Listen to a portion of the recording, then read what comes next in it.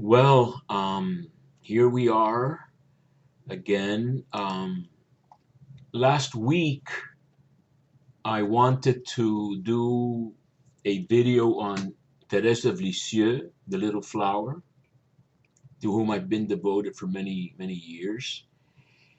And I was kind of inspired and enthused, and I went on for seconds short of an hour with this same program I always use, Flashback Express. And when I finished, I clicked on stop, and then I tried to play it, and I couldn't find my cursor, and the light in my mouse then turned off. I tried every which way. I had another mouse with a USB, a cordless mouse, and I tried almost everything. And I researched how to navigate with the keyboard, and nothing really worked. So I finally decided that the only solution was to really reboot the computer, knowing that I would lose this video of almost an hour, which I thought came out well. So I kind of thought maybe Therese was trying to tell me something. Maybe she was saying that I had bragged too much about how much I'd read about her. And then today, I was thinking I'll just do it half an hour. And that way it'll be more manageable, etc. And then I realized that time for Mass on TV was coming up, and I had no time to do it. So I said, maybe she is trying to tell me something. And so finally, now the Mass is over. I listened to Mass from Rome, Sant'Andrea delle Frate, near the Spanish Steps. And I decided that the best thing would probably be to do like 15-minute videos, maybe 4 to match the hour I lost, which is irrecoverable, or perhaps even more. So that's the plan, to speak about this saint who, along with Charles de Foucault, the great hermit of the Sahara, who founded the Little Brothers of Jesus, although none joined him during his lifetime, or if one joined, he left after a few weeks because of the harshness of life in the Sahara, etc. These two saints, Thérèse of Lisieux, Charles de Foucault, famously were called the two beacons of the 20th century by Dominican theologian Yves Congar, maybe the most important person in Vatican II theology and church-wise. And so my topic and part of my desire to speak about her is that she is the saint of trust, the saint of abandonment, the saint of the little way, of spiritual infancy. And so, with more leisure and calmness than I had last Sunday, I want to share experiences about this very popular saint that I have had. Beginning with this image, which is a very unusual image of Thérèse of Lisieux that my father always kept in his little office at home, little room he had, in a totally unfancy frame. It's one of those things that miraculously, I don't even know how, we brought from Cuba, because when we left Cuba, we were told not to take anything with us. My father said, don't take anything with you guys, so So I don't know whether someone later then came with albums and all kinds of stuff, or whether that very trip had all this stuff already. I really don't know, because we do have family albums from Cuba and all this stuff. But this image is very unusual. My father always had it. When my father died in 1976, I took things from him, souvenirs like I did with my mom when she died almost 2 years before. But this I missed. I didn't see it or find it or something. And 30 years later, my brother's first wife found it in her garage and gave it to my brother Lisa. And my brother Louis presented it to me, along with a gold, medal of Saint Therese to kind of match what my father had that I think he was buried with. Obviously, a very different quality one that he had, 18 karat, etc. But mine is, 10 karat gold probably, and I'm very happy to have it.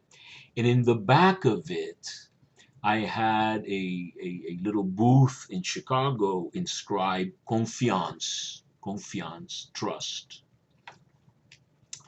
So a few stories about that.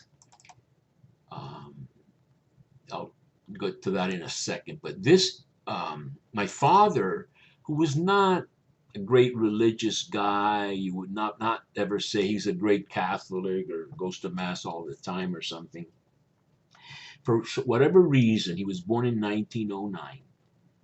For whatever reason, he always had a very, very strong and tender devotion to Santa Teresita, as she's called in Spanish, Little Therese. And he was born 1909. Therese was canonized in 1923. So he might have been maybe 13 or 14. She was canonized a couple of years later. And named the second sibling after me, Teresita, my sister. He married a Venezuelan woman and who was very avant-garde. They went to live in Paris for about a year and a half, maybe more, the late 40s. And he met Céline, Thérèse's sister. Geneviève de la Sainte Phase, I think her name is, in religious life, Genevieve of Jesus, or maybe of the Holy Face. I think she had both at some point, like Thérèse also added the Holy Face to the child Jesus as her name in religious life. So he met Céline. I'm sure he probably got this very strange image or unusual image over there. Therese's sisters, Céline and Pauline, lived into the 1940s and 1950s. Therese died in 1897. So I've had this, background because of my father. And at 18, I read The Story of a Soul when I was at University of Miami, and I was very taken by it. I shortly thereafter entered the Dominicans, and I continued, to be interested in Therese. I bought her letters in French at the time and didn't read them until years later.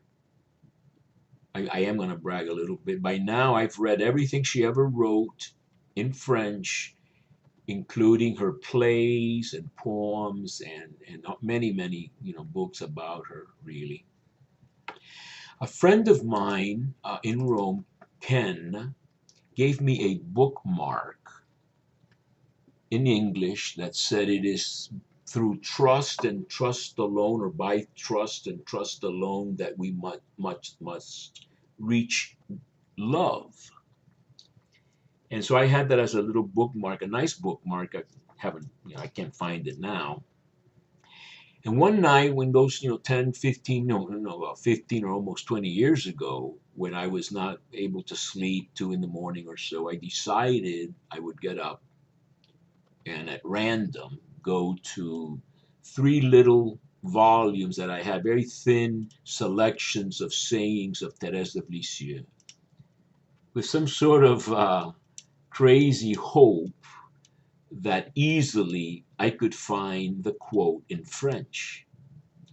And sure enough, I went to my bookshelf. I got that volume. I opened it up. It didn't have it. I turned the page, and there it was. C'est la confiance, rien que la confiance qui doit nous conduire à l'amour. It is trust and nothing but trust that must lead us to love, capital letter, meaning God. So she's the saint of trust. And so that is very, very important to me because I follow the Enneagram, which I think some people don't like. They think it's New Age, but a very holy nun, I think, a very kind and gentle and meek soul, Sister Janet, Franciscan, turned beyond to the Enneagram, these 9 different temperaments.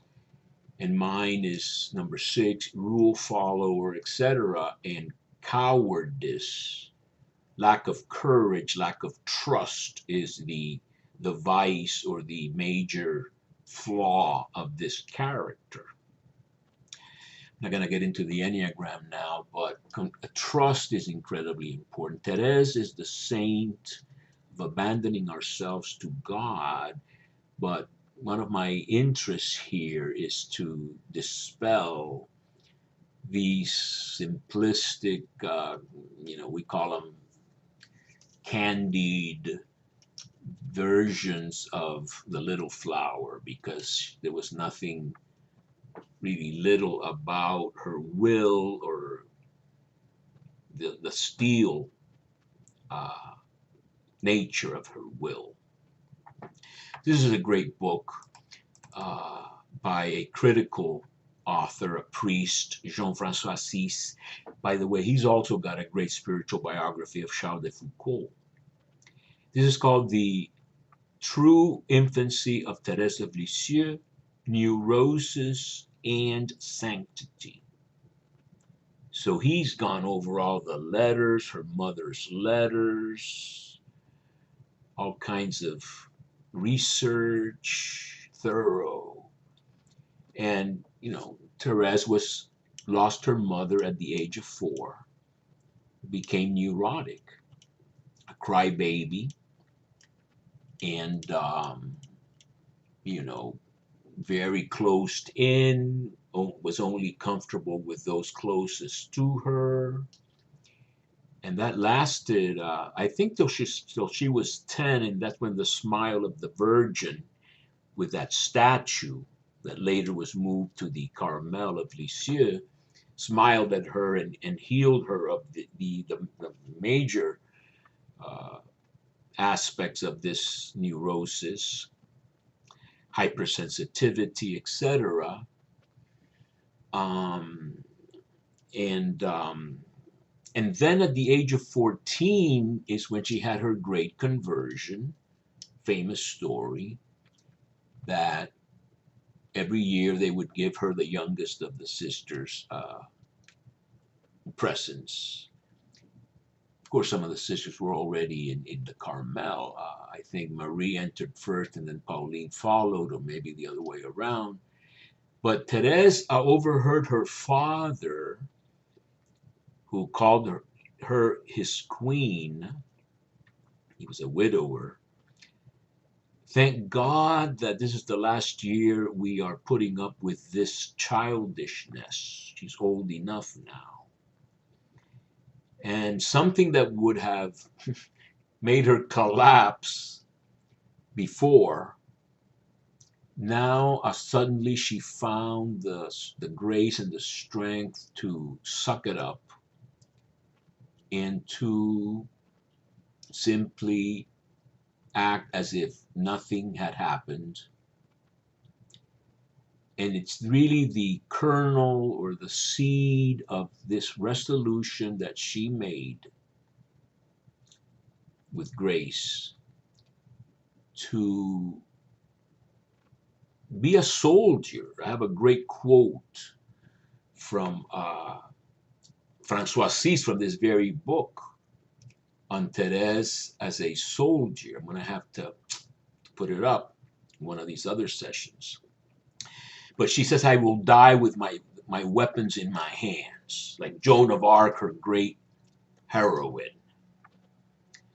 So that from that moment on, she said, I am going to, or I advanced with giant steps.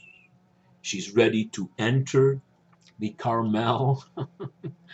She goes through tribulations that people that know something about her know about. She actually begged Pope Leo the 13th to, go over everybody's heads and let her in at the age of 15. And finally, after all these things turned out well, she entered at the age of 15. And she said, I entered the Carmel. Two of her sisters were already there. Geneviève would follow later, after the father died. Another sister, Leonie, had more troubles and it entered some other congregations. But Thérèse says she entered the Carmel without any illusions whatsoever about what she would find. Not a paradise, not a Carmelite garden of bliss, but simply being with Jesus, being faithful to the rule, and exercising love. She actually would gravitate toward the nuns who were most unpleasant. No one could tell what her likes were. No one could tell what kind of foods she liked or didn't. She would accept the broken objects. She would accept her companion at table drinking too much of the cider, leaving Thérèse with little. So she followed this little way of never denying Jesus anything.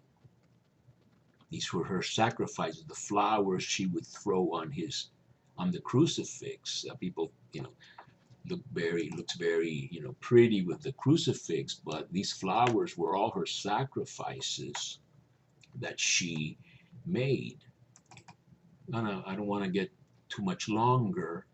This is probably from a book about Thérèse of Lisieux. I am going to pass my heaven doing good upon the earth. So she's a great intercessor. I've seen her statue even in Muslim places in North Africa, etc., in books, all that. So she really means a lot. I don't want to go too long, but there will be several sessions, God willing. These are my collection of photos that I use in videos and such, or that I put in for this program anyway. I'm going to have to add the page about her being a soldier. She writes to, I think, the church authorities, saying that she is a soldier who loves France. Almost, and she writes as if she's a man, basically. But I want to read that at the appropriate time, and I think I'm just going to stop now and be able to repeat these under 20-minute programs several times, God willing, and the mouse functioning.